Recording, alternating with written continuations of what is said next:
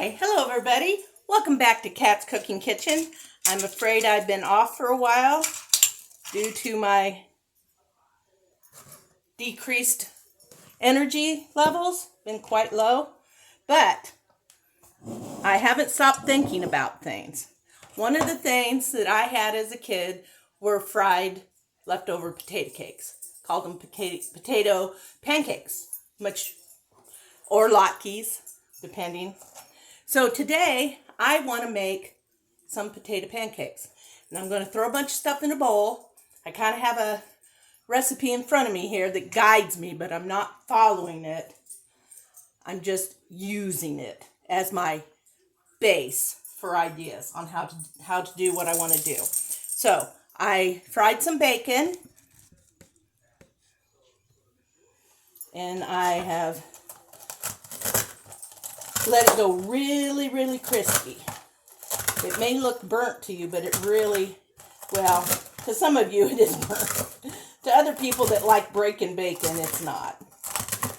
A term I learned in the South at a restaurant near St. Petersburg called Dodo's Diner. My sister Connie worked there for years. And when you'd ask for crispy bacon, she goes, yeah, she wants breaking bacon. So that's what I got. It wasn't quite this dark, just so it would crumble. I hate chopping bacon, and it's still not crunchy. So, okay. Now I've got that. I also have a bunch of cheese. I had a block of cheddar cheese, and I diced up a bunch of it a few minutes ago. And I'm going to add that also.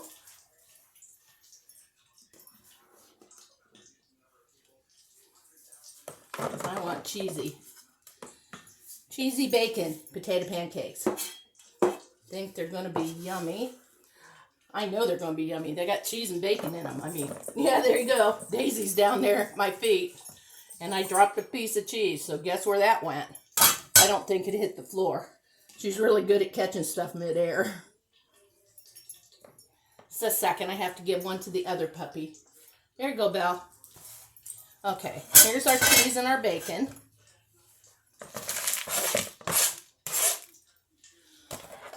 Okay. Oh, forgot my eggs.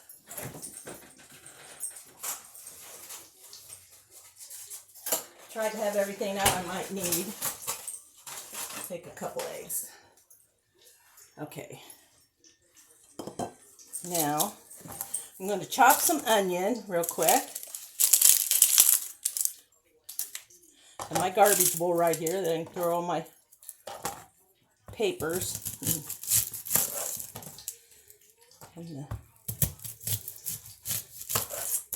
Now, if you want to make like a stock or a broth, if you're doing other things like vegetables and stuff, you could do a vegetable stock with these onions and some carrots and celery. And it'd be really good. Maybe some seasonings that you like. I'm not doing that today. I'm short on time and energy. But I have been doing this, or thinking about this for quite a while, and my sister mentioned it to us, or to me, last week when I was out with her. And I said, you know, I've been thinking the same thing, and I can't quite remember how our mom did it, but this is how I'm going to do it because this has the flavors I like. Same thing goes. You don't want cheese, or you don't want bacon, or you hate onion, leave it out. Just make straight potato pancakes. I really like them with a little bit of onion in them. This isn't my normal knife for slicing up onion. Let's see. I think I'll use the whole half. Be sure to keep your fingers back. I do the best I can. Okay, now.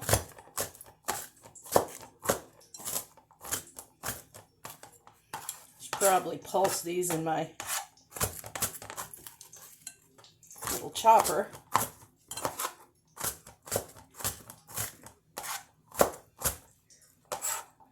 I bought some hot dogs to do some corn dogs, maybe some Spanish dogs, or coney dogs as some people call them. I call them chili dogs, coney dogs. Coney dogs do not have the cumin and the chili powder spices that I put in my chili dogs, so depending on which one you want. Okay, let's see. Nope, we're going to go with all the onion. Half an onion.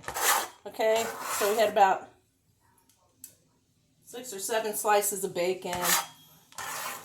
The cheese, I'm guessing half a cup or so. I've got, oh no I don't. I have more cheese over here, I just don't have any diced up. That's going to be enough cheese.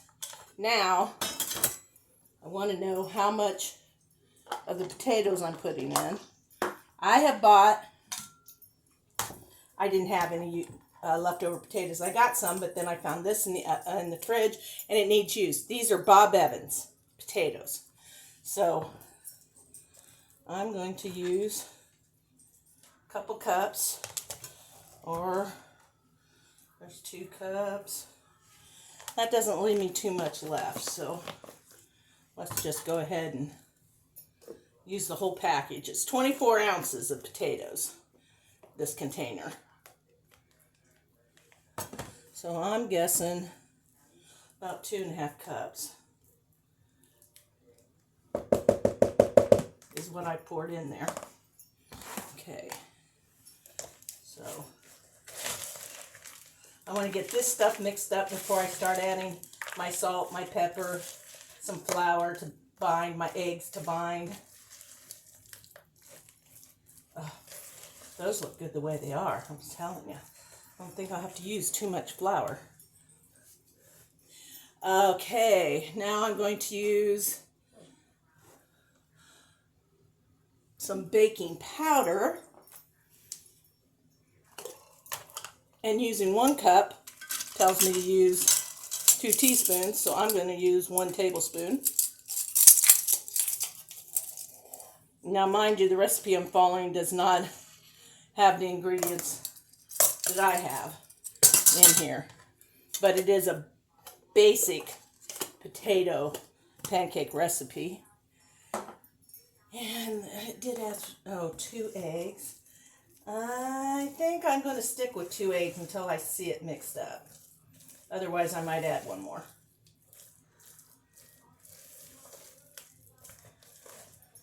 Two eggs seem like a lot for 1 cup of potatoes, so, oops.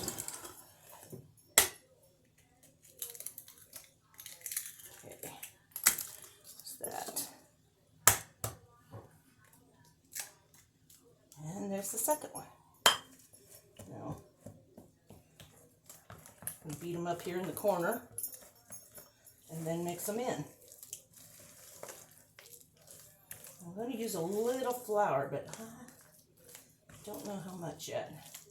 See, the eggs are going to moisten them up, but they're also going to help them stick together. Okay. I'm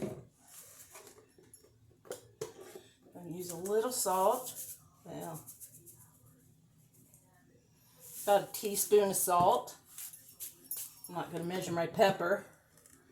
I probably have about a teaspoon of pepper left in this, so we're going to see. I'm not going to pour it all in. I'm going to try and sprinkle it in.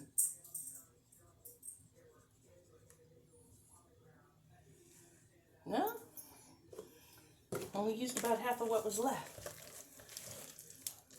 I'm glad that's about gone because I don't really like it in powder form.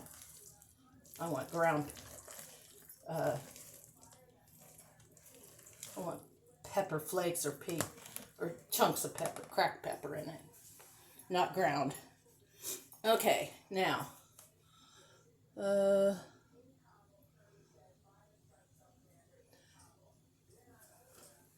going to use, I don't know. Oh, that would not be good, people. I have grabbed the sugar instead of the flour. Oops. That means my flour's over here. And I have them both out. Don't know if I'm going to get to my second recipe or not.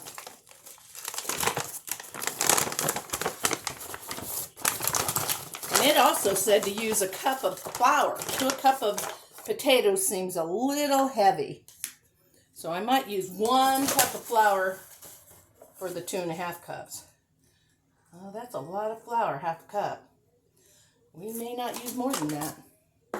I do not want them to taste like flour, and now that I've dumped it in there, I remember I was going to toast the flour before I put it in my pancakes. And I wish I had remembered that, because I think toasting the flour would help.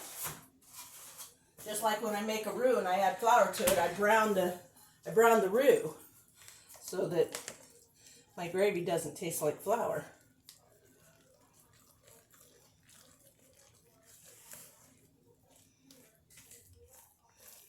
Oh my goodness, this looks so good.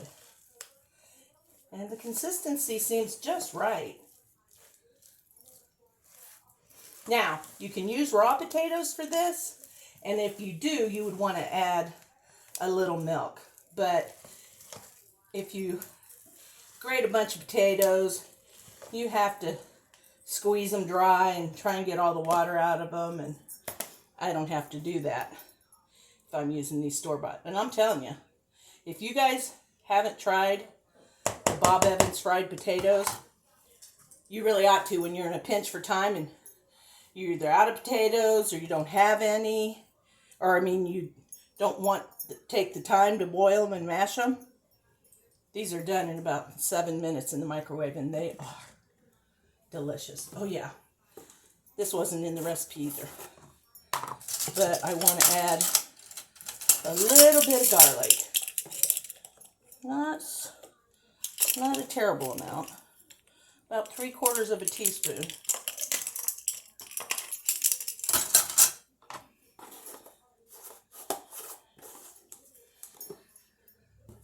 We'll see how this is going to work.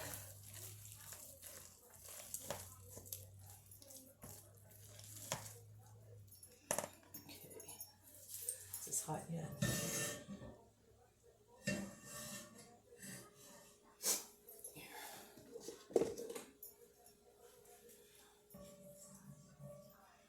Butter. Browned butter bits. I added a little butter to my vegetable oil. And I don't have it very deep. Just enough to fry each side. I don't want to drown them in oil. Okay, I'm not sure how I want to measure these, but I think,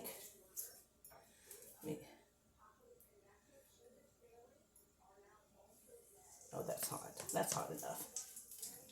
I'm going to turn it up a little because as I add, it's going to bring the temperature down.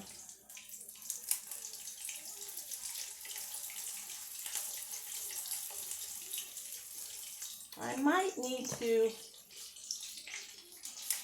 flour these. I don't know.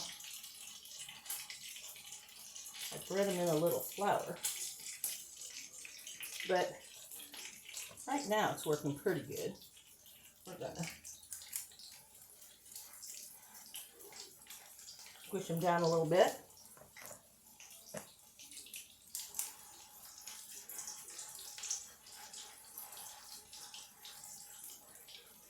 And we don't want to fry them too hot because then they're going to get all crispy and crusty. I'm going to turn that back down a little. And you don't want them getting overdone and the middle not be cooked through. And the next time I do this, I will probably even saute my onions instead of leaving them raw. Although I don't mind them if they're not cooked through, but a lot of people would prefer that they... I need more silverware drawers.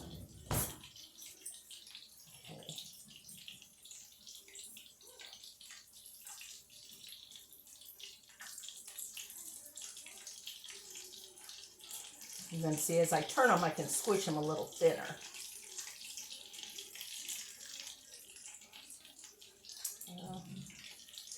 I'm a little disappointed in my iron skillet not heating. There, that one's good. Conformed. Okay, I guess it worked on all of them but this one for some reason. I'm going to let them go for a couple minutes. And when I have them out of the oven, I'm so used to baking. When I have them out of the pan and I have another set going, we'll come back. We've been on for 15 minutes already? Well, that's because I showed you all the chopping. Okay, hang on, I'll be right back.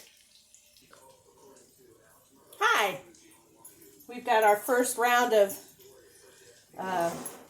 potato cakes out of the skillet. And the second round, I decided to flour the outside of them. It has just a hint of flour in them, but then I decided to bread them in flour before I fried them and see if I can get them to turn a little better. And I don't know if it'll make a difference or not, but let's taste this one. I guess I don't need a fork. This is our little potato cake.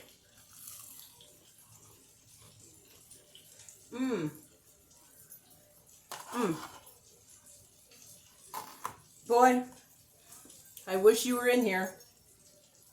I want to tell you how yummy that is with cheese and bacon and onion in it. Oh my goodness, it's good.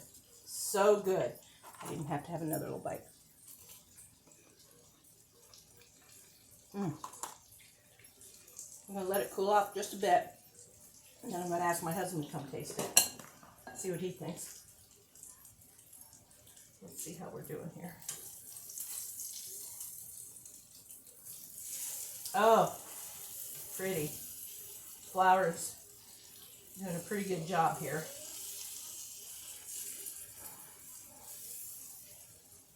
You do have to be careful not to burn yourself. And I smash them down a little bit, get them just a little thinner, just to make sure that by the time they're brown, that everything's cooked through the middle, hot.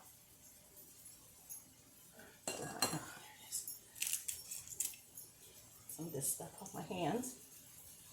Couple of more minutes. Dave? What? You can stand behind the camera, but would you come here and taste this and see what you think? I think. No, you won't be on camera. He's camera shy.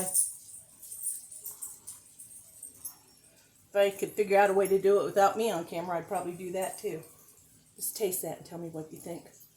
Honest thinking. Always honest. Good. That good? Crunchy? That's the ones that I haven't breaded with flour. Those are just fried as they were. And they're little, this one's a little delicate. The others, they're not. But we're good. Okay, I'll be back when the next batch is done, and I'll show you how I bread them and put them in the skillet. Hang in there, people. Hi, we're back again in Kat's Cooking Kitchen, and we're making potato pancakes. And after 8 pancakes, I needed to add a little oil. I'm going to add a pat of butter in there with it. And now I have my potato ball in there. And use a spoon, kind of cover it with flour. And then we're going to pick it up gently. I'm going to smush it just a little. The flour helps smush it without getting your hands too dirty. And this is how we're going to do this. And this is how I'll do the rest of them.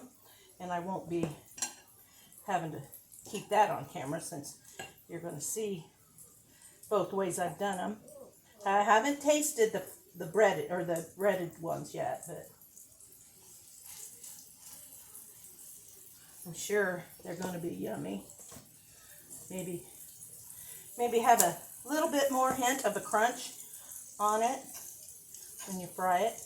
And I fried it in vegetable oil and a little pat of butter to it. Just a little.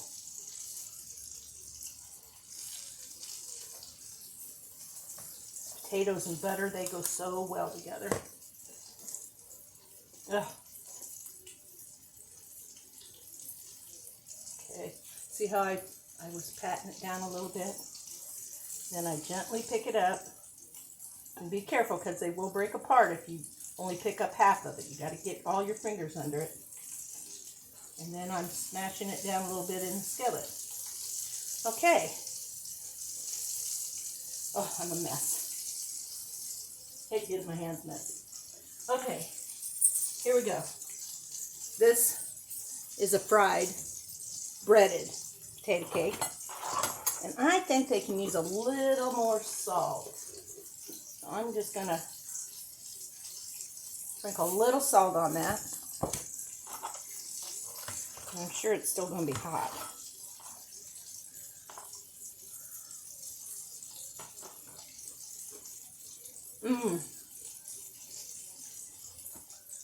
I do like it with the flour on it. I like them both ways, but they fry up easier and brown and turn easier with the flour breading on them.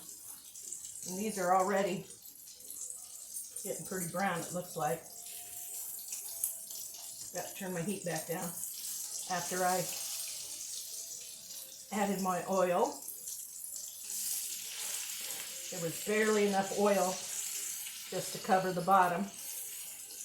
Look at those, aren't they pretty? Let's see if you can see them. Got some hot cheese on me, y'all. That's smart. Just a little bit. Let's get that off of there. Okay.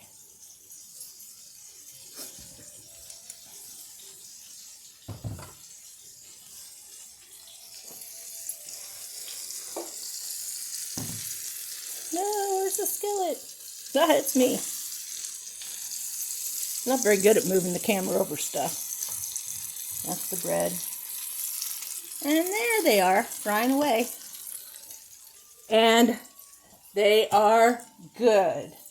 These would be wonderful to serve when you've had, like, maybe a roast or a meatloaf that you have left over, and you're going to warm up some meatloaf and maybe even have a little gravy left over, and you could put gravy over the top of them too and eat them. They would be a great side. Maybe some green beans. Have a green bean recipe that I talked about last week. I am going to get to it. And I also have a recipe I want to do that says muffins that taste like donuts. It's a muffin and a donut. Who wouldn't love that? So, there you go, y'all. Fried potato pancakes. Just that easy, and they are good. Awesome. Awesome good. Put whatever you like in them. Maybe you like green onion and stuff, or parsley. I think the next time I'll saute some onion and celery together and put that in there with the cheese and the bacon. I think that would be really good too. That's it. I hope you're having a good day. As always, I always hope you have a good day. We all want good days. We'd like to have more good than bad, and that's what I think we all strive for. You can't run away from the bad days. They're going to be there. But just know that it's only temporary. I don't know. Some days are just really hard to get through, when you lose someone that's very, very precious to you. You've got to let yourself grieve. You can't feel guilty about it. And your friends will understand. And anybody that's been through it totally understands what you're going through. So, hang in there. Hang with your friends. Let your friends be your rock. Don't hide it inside. You'll explode eventually. So, just keep on keeping on, y'all, and keep doing your best. That's all anybody can ask of us. So, have a great evening. We'll talk to you soon.